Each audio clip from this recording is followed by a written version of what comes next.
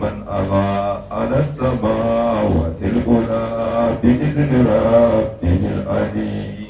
أعوذ بالله من الشيطان الرجيم. بسم الله الرحمن الرحيم وصلى الله على النبي الكريم. hikima ta wali ubangiji da ya halicci bayi ya yi mana umarni mu je mu yi masa bauta, ya nuna ga abin da za mu masa bauta da shi, amma sai ya ce mu je mu yi mu kadai. amma saboda kimar manzon Allah a wajensa sai ya ce ni ba abin da nake yi sai salati ga annabi. Dalilin da ya sa shehu ya so ma shimfiɗa da salatin manzon Allah a cikin wannan littafi. Abubuwa cikin umarni mu yi kaza, salati ne kawai Allah yake yi. Cikin abubuwan da Allah ya ce mu bari, ya haramta mana sai ya ce ya haramta a kansa zalunci.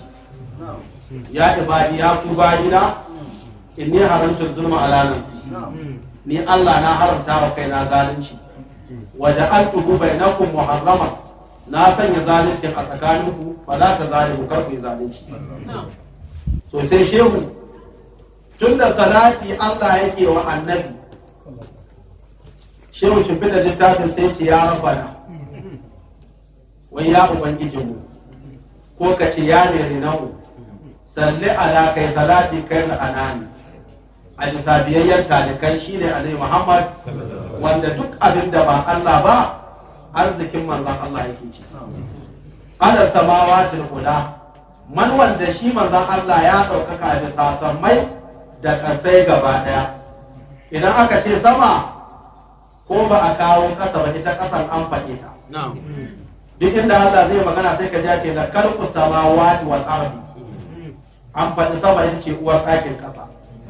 To sammai da ƙasai din nan arzikin manzan Allah suke ci. Allah ya ɗaukaka annabi saman sammai da ƙasai bi izinin rabbihil ali. Kuma wannan matsayin manzan Allah ya same shi ne da izinin ubangiji shi madaukaki, shi ya so shi ya ba shi haka. Tunda Allah ne ya so manzan Allah ya ba shi wannan, ya za ka yi iyakaci imani. In baka yarda ba a tashi mutum a cikin kafirai. Bismillah. تهنئة الوديع بمدحة الشفيع بمدح البديع أبجدها مؤمري. تهنئة الربيع، shehu ya ce ina barka ina murna da wannan watan na Rabiul Awwal wanda ya zo mana, wanda a cikinsa ne Allah ya bayyana mana annabi Muhammad, tsira da amincin Allah tabbata a gare shi. Bimir hati shafi'i, ina mai cire muryar yabo ga wannan annabi Muhammad, ina faɗa wa duniya shine mai ceton bayi. Biman ɗigil badi'i, da furici da zantuka da tsara wa manzan Allah saboda neman albarkacin manzan Allah.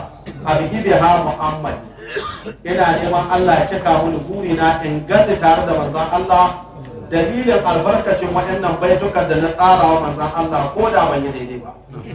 Na'am. أهلا بشهر المولد شهر الأولى والسؤدد شهر النبي أحمد شهر ربيع الأول. أهلا yace lale maraba bi shahar maulid, da wannan watan da aka haifi manzon Allah. Shahar al-Quda, wata ne bana da daukaka.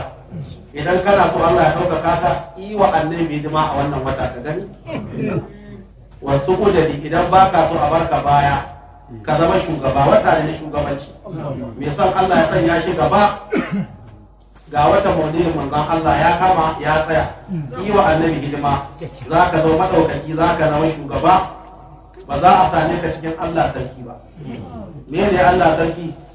Kana malami kullum sai ka zo na kofar wani mai kuɗi ya fito kai ƙarya ka samu abinci, bane ka ce wai an samu yarda Allah. Ƙaryar banza, ƙaryar wofi. To ga annabi rataye da manzon Allah, ka wuce wannan mutane. Ga wata shehu yana kiran ka, yi wa annabi hidima, kankare wa manzon Allah. Idan ka kankare wa annabi sai dai a bi ka, ko kuma da abu cikin mutunci ba wayar shi mutunci ba. Ka zama malamin da za a rika wulakantawa, ko kuma sai kana jiran sai wani ya fito ka samu abin da za ka yi ce bane, wallahi ka fi karfin haka. Shaharin nabi, wata ne na annabi Muhammad mai suna Ahmadu din nan. shahar rabi'ul awwal shine wannan wata na rabi'ul awwal da zai kama wanda za mu kama hidima ga annabi gwargwadon ikon. Na'am.